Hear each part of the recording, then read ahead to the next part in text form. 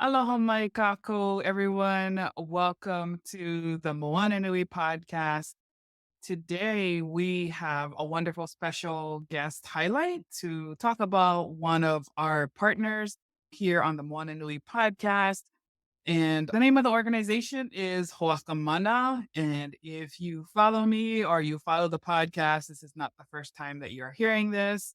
Hoʻakā Mana is a nonprofit organization, Native Hawaiian organization that is doing some wonderful work in the Kanoelani Native Hawaiian community back home in the islands. Specifically, we are partnering with them right now with Maui relief efforts. And I know we've already got so many people supporting our efforts, whether in actual item donations or in monetary contributions. So we thank you guys for all of that. Please continue to share and help us in this. But I thought that we would bring them on to let them talk about their organization and help you guys better understand the work that you are supporting, the people who are behind it, and the impact that your contributions help us to deliver to the families that were affected by the Maui Fires that happened last month in August.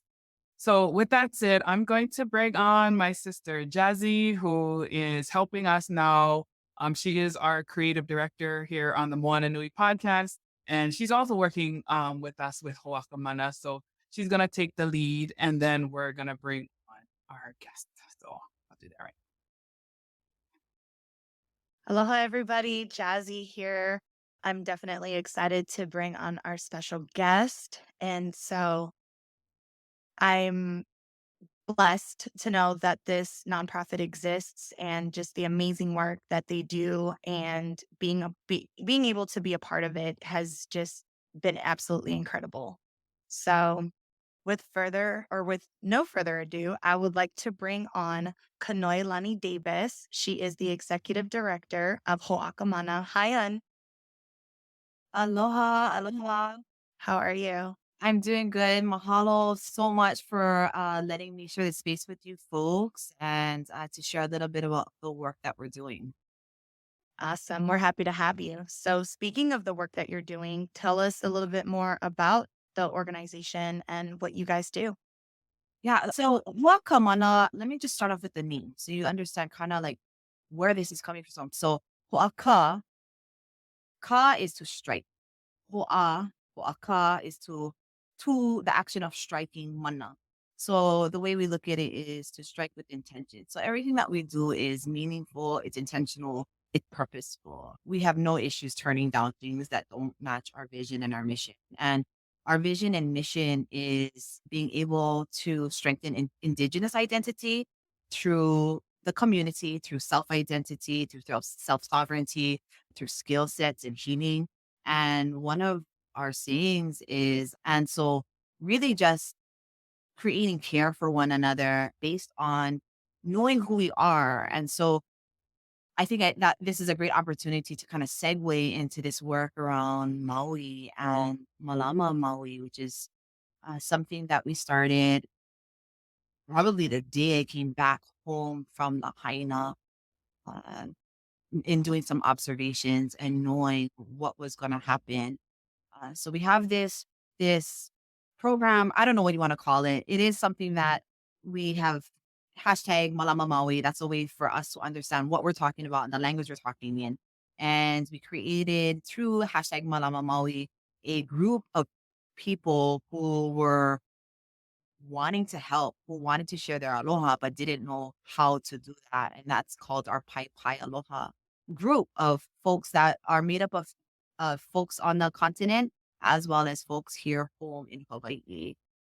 And I want to share that it was only a few days after the fires happened that I was able to be in Lahaina. And at that time, there was a lot of high emotions. There were a lot of everything was elevated because of what had just happened, whether it be for just provisions and supplies, whether it just be like this shock in everybody's body and just the movement of folks who wanted to come in and help. There's so many moving parts at that time. And being in the middle of it and observing it and feeling it and seeing it and hearing it and listening to the stories and the people and the families, I recognize while we're trying to feed bodies and house people and get provisions to our folks, I knew that there was going to be a moment when that emotional high was going to start coming down. And because of the work that we do as an organization, I knew what I could do to get to Konaniness, right? To get 5 steps ahead of this in order to be there when we need it. And I knew that the missing folks that were not being recognized, that the identifying people that may have passed in the fires were about to show up. We were about to come up. We're about to be revealed. Hadn't been at that time. Again, people were just shocked. People were just looking for each other. So there wasn't a lot of assumptions that we knew that people had passed, but we didn't know who. And so people had that hope of finding families and it wasn't their family, right? So we knew that part was going to come to a point where the realities of these things were going to set in. And so we mobilized, and I was very fortunate to meet Moana. And well, I've known Moana, but I mean, meet her at this point in regards to like Kanoe, what are we doing? What can we do to help? And with that, it was like, all right, sis, you. She took lead. She. One thing about Moana is this ability to lead, just like her name. It is the deepest, most vastest way of understanding what is happening. She wants to be a part of it, and we were all a part of it. And so I gathered my team. We came up and pulled her in, asked her to be a leader in Alaka'i for the Pai'aina, the Aina A continent, Kalaka who were out there. And she just took on that lead. And I love that about her because that's the same way I did for Hawaii. And we had Caleb, who is our Pai Aina lead. He's in mental health, behavioral health. So that was helpful too. So we have all these great people and we came up with, and in that time that we came up with, wanted to organize it, understood these were happening fast. And through that, we were letting people do what they did best. And we stepped back for a second, took a pause, gathered our thoughts, organized accordingly so that when we went in Hoʻakā Mana, to strike with intention, that we had that motion to go in fully. And so we created for Hale around that, which is our pu'uhonua, our cultural one for healing, and to kokua, the volunteers and the Lumi practitioners, the Lao practitioners, our cultural practitioners. And then we have the mental health and awareness, the crisis counselors, more of that level of just talk story to find balance. And that's, for anybody who non whoever was interested, any age levels too. And then, of course, we have the ohana program as the Ohi Aloha program, which is we're getting pu'olo, little set ready for the kupuna, for the families, for the keiki, for their school supplies, and all these great, beautiful things to kind of get ahead because we already knew what they were going to need. And, especially the kids. So, just really thinking ahead of what was going to happen, but also understanding that we had to be as fluid as possible. And we still had to listen to what the people wanted. Because I think that probably the most important part is hearing them for who they are and letting them tell us what they need. The biggest thing I keep saying to people is we don't want to invoke secondary trauma, which is that historical trauma, right? Colonizer thinking. I'm even from Molokai, not in Lahaina. I can't go over there and go, you need this, and you need this. I have to go, okay, what do you need? Relax. Let me go get it for you. And that's kind of the way it works. And so just paying attention. And I know we're all trying to get involved, but it really takes a lot of patience and then a lot of fury and all at the same time. And that requires somebody to be very ready to move in that direction. And so I know a lot of people didn't want to get in the way of, and I'm sorry to say this, and I'll be honest, there is a point of getting in the way because What we don't want to do as the kanaka on the ground is also have to teach you how to be helpful.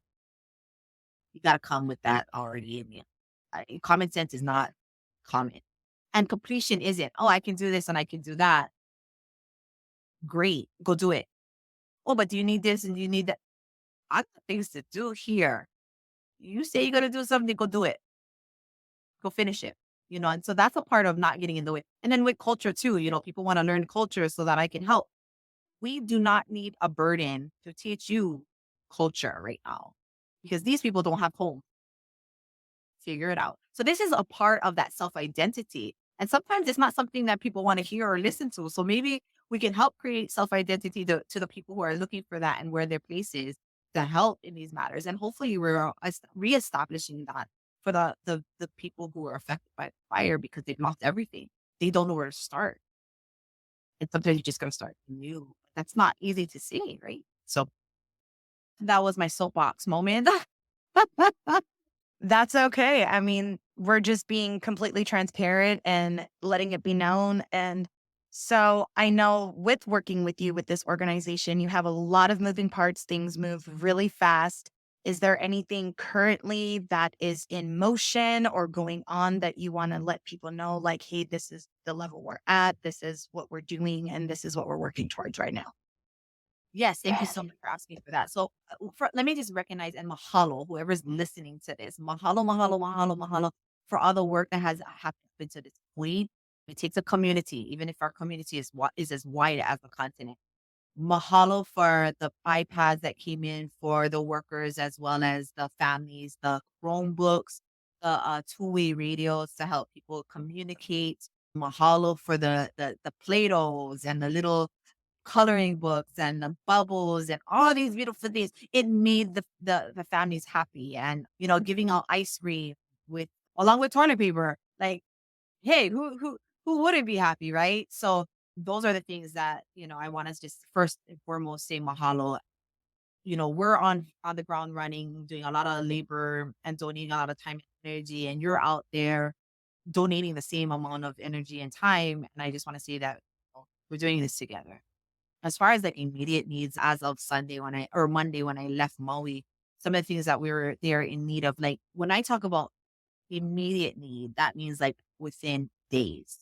So some of that is it's easier to have the monetary donations because we can purchase and just get it there. That's been very, very helpful. So one hub made a 20 by 40 tent, a really sturdy 20 by 40 tent because they're operating still in some parts with 10 by 10 tent. And those 10 by 10 pop-ups with the wind, they're not going to last very long. They don't usually. And so he's recognizing, the hub organizer is recognizing that we need to get ready for that. So that's an immediate need. We acquired a space, knock on wood, we're pending contract to a landlord has given us this opportunity to have a hub in Wailuku. And so this would be an opportunity to send things over there directly. We'll be able to put more food, more things that are needed, not only for Lahaina, but for Kihei and Hula, like all the other areas that were also affected for people to come in and get supplies. And if we hear that Lahaina needs supplies because we get everyday update, we can take whatever supplies we have in and just drive it over. So we've acquired that spot. The problem is we still need shelves to put and organize it. So it becomes a place where people, one, don't feel chaos and get more anxiety. We want it to be a pleasant space for people to come, grab what they need. We'll have a lole aloha attire, clothes for people. So we need racks, hangers, people who want to donate their aloha clothes for that, for the idea of getting a job or using it for interview, those types of things. We want to have them ready. And then in the back of this place, we'll have a space to do cultural workshops, kind of, and then that's that social aspect of getting back into community. So you're not home alone thinking so much. So you're not home alone, you know, pondering all day and getting back out, trying to find some normalization. So we want to have cultural workshops there. And then we have a program in which we're gonna I'm hoping to get a fireman's wife to come and just have a day off to just kind of lounge in one beautiful space, find find folks to come and watch the keiki. We have people who would volunteer to come and do football with the kids or daycare with the kids, give the moms a break because they're also going through that trauma. They're also, I'm hearing, they're not sleeping well because their husbands went out to go fight these fires. They've lost their home. They've had to go run with the kids while firemen were doing their job saving the rest of the world. So it's like we got to think about them too. There's after, the indirect stuff that is also a part of this. There's so many layers. So really thinking about it in those ways. And so we don't have, and we need AC in that space. There's no windows in this big place and there's no AC. So we definitely need that. We're going to be in there for at least 6 months. So things like that, so that people can come in and out. We're not also letting our worker who's volunteering, by the way, right now, she's volunteering to be in this space, which is mind-boggling and beautiful to me at the same time.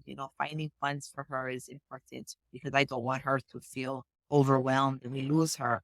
The workers need to be compensated in some way, shape, or form. So those are our more immediate needs.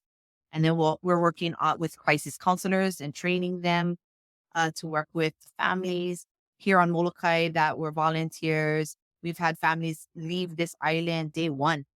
Day one, they're already in Lahaina, dropping off provisions that next morning. So you can imagine what they saw and what they felt, and they did it day after day after day after day after day. That took a toll on them.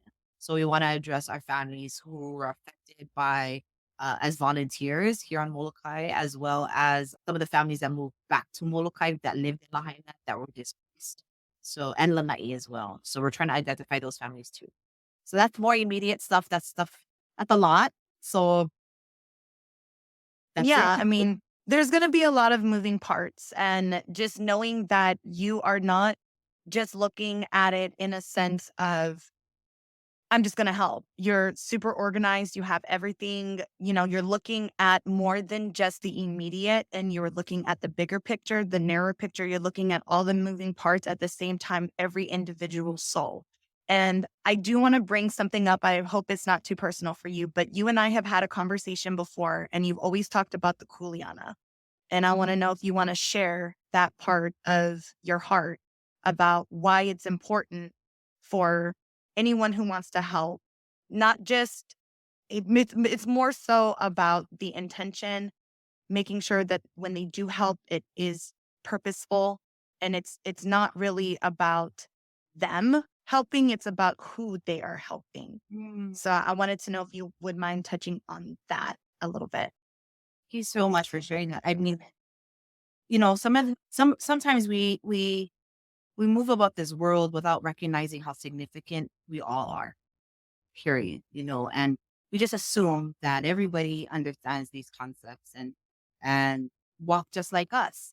Not that we're better than anybody, or not that they're better than us. This understanding of what that means to be selfless in some spaces. And so I kind of shared a little bit about the listening part and being able to listen to somebody in a way that you hear them for their voice versus you are listening to their voice through your perspective. And that is very hard to do. Part of that is that self-identity. The part of that is that pono'i. Once you understand your pono'i, who you are as an individual in this world, nothing else matters. You can't be offended, and there's nothing you need because you can provide for yourself. So now when you do that, you're so abundant, you can provide for others based off of what they need. And so a lot of the times this imposing of the hero method, right, is a very, unfortunately, I will say it. It is a very colonizer way of thinking. That's what they did to us hundreds of years ago. Oh, you need this, you're savages. Oh, we need to take this religion because you have too many akua. We need to do this and this and this.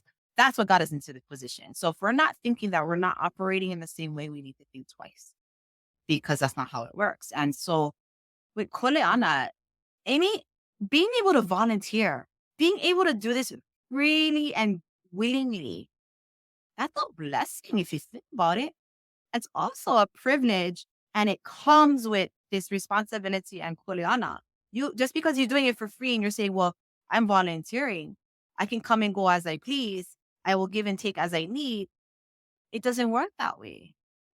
That's not how kuleana works. Kuleana is you say what you do and you do what you say. If you're going to put it in, put it in. If you're going to finish, finish. Like that was one of the biggest things is just seeing people not complete their kuleana, which then puts the burden on other people. That's not fair. And then, that's integrity, right? That's just integrity. That's how you would treat a job. If the boss doesn't see you saying what you're going to do, they'll just get rid of you. There's 100 of you. Well, why be that 100?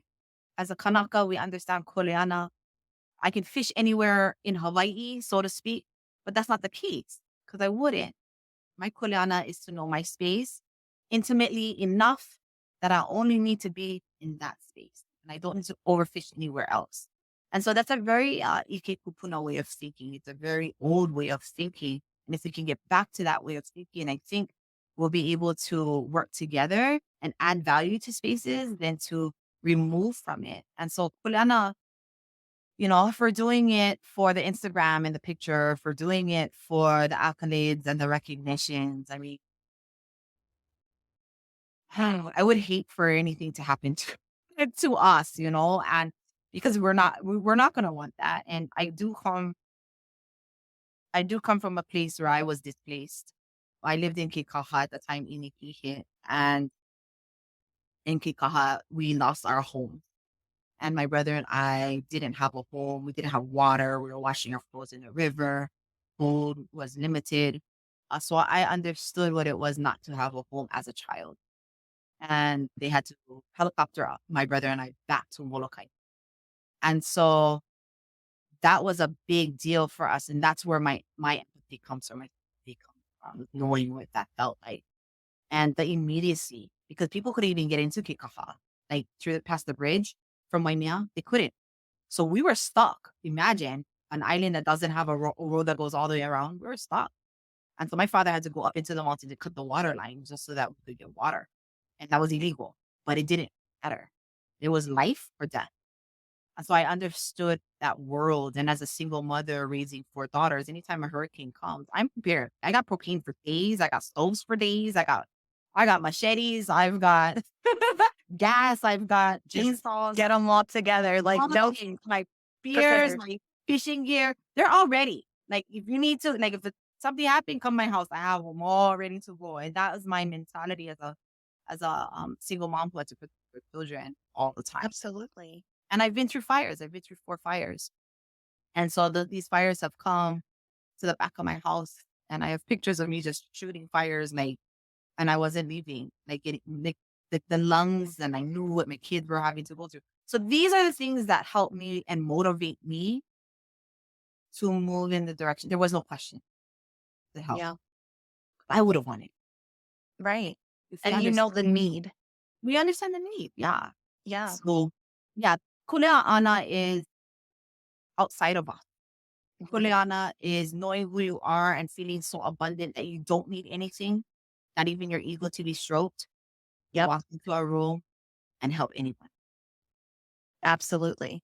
So I know that you are also doing other projects and other things outside of the Malama Maui, outside of Maui efforts. Do you want to talk about any of the other things? I know that you have this, I don't know if it's a saying or if it's part of your vision, but you've brought up EMS before. And I've always thought that it was the most beautiful. This is where I was like, I am aligned with her. I vibe with this one. This is amazing. And if you're okay with sharing about it, I'd love for you to express what EMS is and what it's about and how it incorporates with your Hoʻakā Mana. I love that. But EMS is something that I kind of made up, and it stands for emotional, mental, and spiritual well-being. So it's just being in alignment with all parts of ourselves, and knowing that that's the foundation of the organization, as well as the foundation of myself, really. And being raised by my papa through a very cultural lens, we come from healers and martial artists and hula people. So you can imagine all of that is necessary in order for us to be well in our practices. And so EMS is uh, Yeah, we have several different programs. One of the programs that we have is called Puna Opana. It's a small business intelligence program. Probably wondering, how does EMS even fit into that model? Well, I can't wait for them to showcase themselves, and I get to listen. I've been listening to their 3-minute pitches because I tasked them to do that. And I hear their voices. And what comes up every single time is this confidence. And where does confidence derive from? It derives from knowing who you are, knowing where you're from, knowing your mo'olelo, and having that self-identity to have the confidence to walk up and be great in this world. And so Pu'auhana, although it's a small business cohort with Molokai of people in there, my job is to invoke enough skill sets and confidence in themselves to watch them thrive. And I cannot express just in the like 9, 10 months, I don't even know how many, like how much like they have grown 200%. Some of them have left the island to continue building and scaling their businesses. So that's a part of that. I'm teaching at Leeward Community College. I get to teach other professors and instructors that have multiple disciplines through the understanding of Ho'a'ike, which is it invokes EMS, it invokes Koleana and self-identity in order to be able to speak and listen to their students who are majority Native Hawaiian, so that they're able to speak about biology, speak about sociology, speak about psychology to their students so that they're able to absorb it, but through the way of ike kupuna. And that's a very indirect way. And it's fun. And we use photographs as ki makavalu to be able to portray some of that values. What else do we have? We have an Ola leadership program, which is taking in folks who want to come and just learn about our program.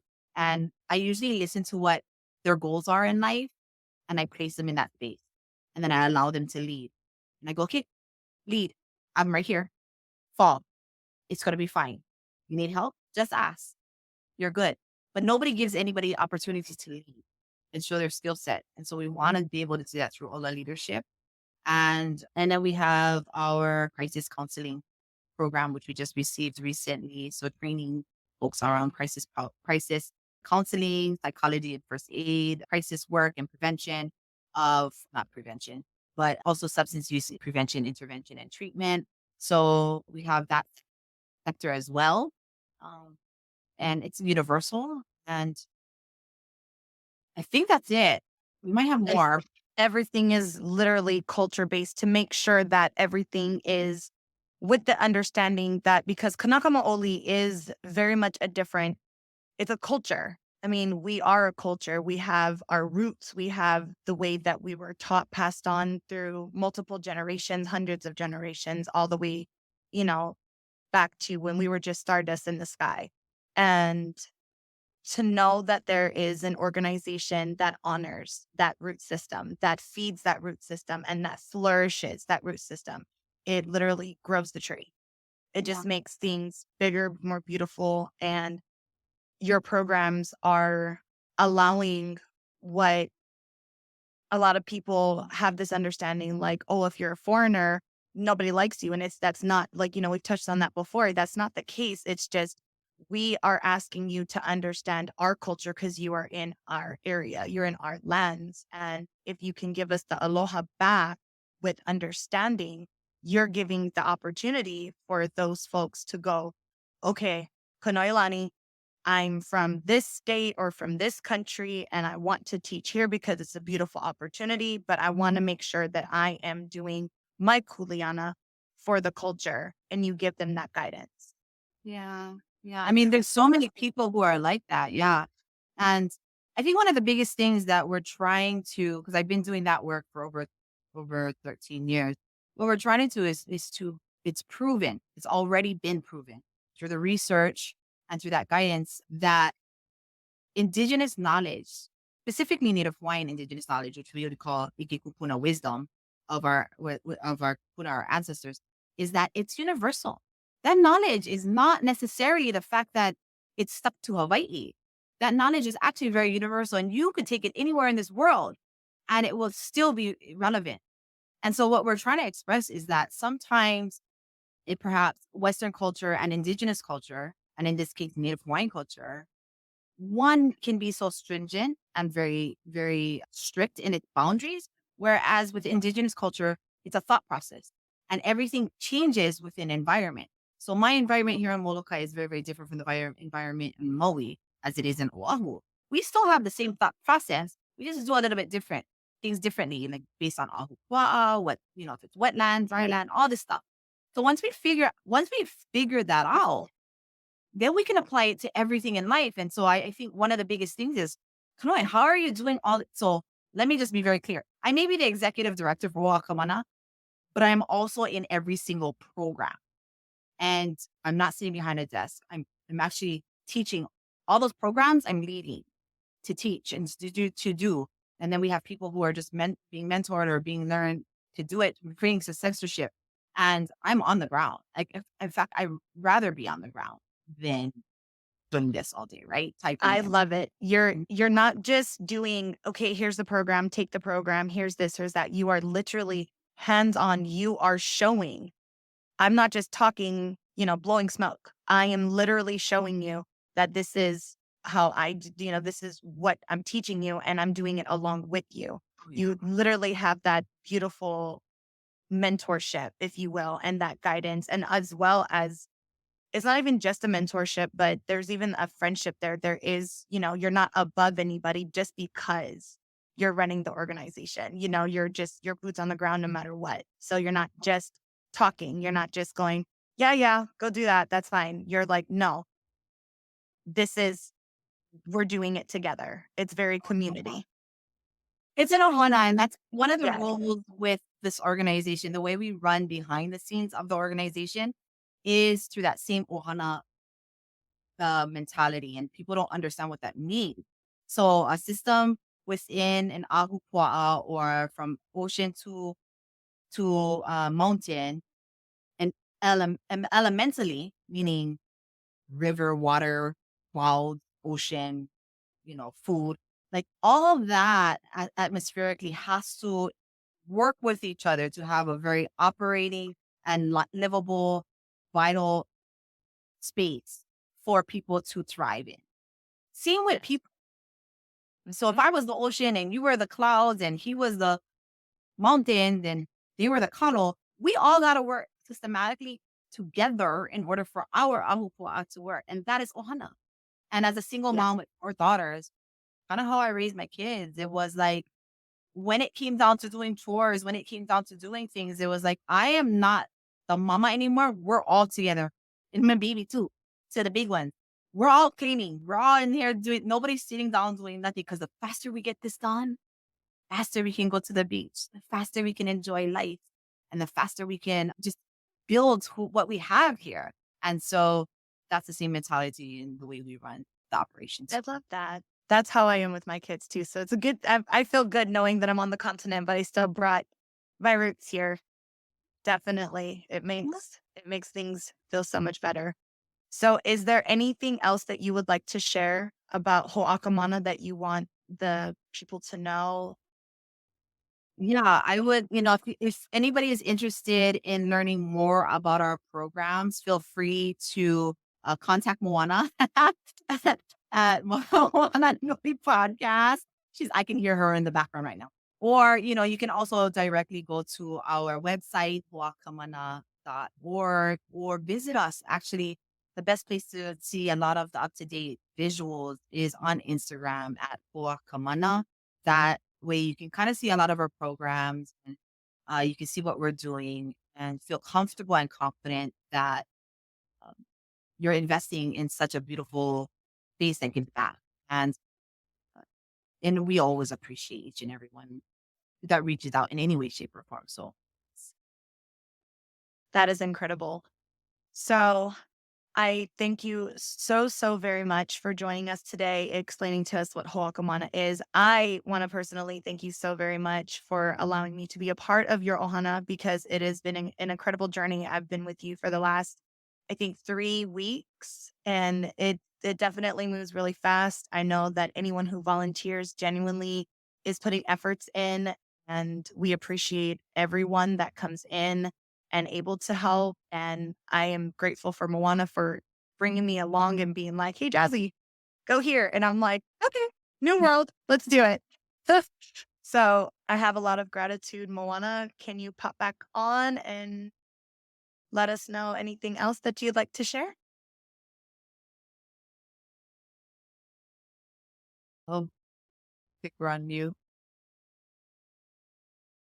I think we're on mute. Hey, There you are. honestly, even though like no matter how long I do this, I still make mistakes, but it's all good.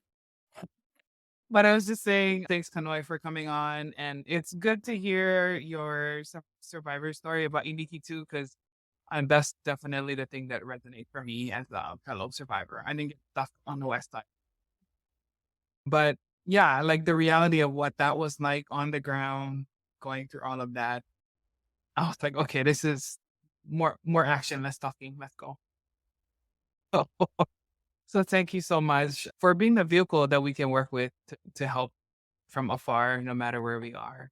Mahalo for that. And then one quick thing before we go, I just want to mahalo our sponsors, Papaola Lokahi, who helps enable both the Moana Nui podcast and Hoʻakā Mana to contribute all of the great work that we both do, or both of our organizations do. So just want to give a short video for them to share the aloha, and then we can.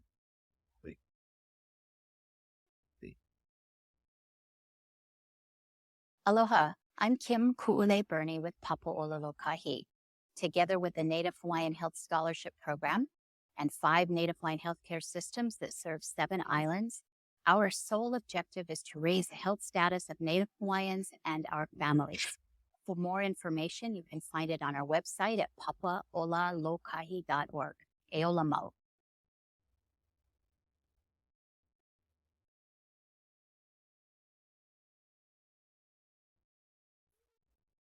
Awesome. Okay. Well, with that said, we're gonna let our busy Kanoe, everybody, all of us busy. So we're gonna away hope for now until we see everyone. Please like, share, subscribe. Go follow Hoʻakā Mana. It's below Hoʻakā Mana on Instagram. And then if you want to learn more, continue to learn more in our community, follow us, Moana Nui Podcast, every Thursday at 7 and 8:30 p.m. Eastern Time. And go to moananuipodcast.com for all of our socials and offerings. Again, mahalo Kanoe, mahalo Jazzy, and we'll talk to you guys soon.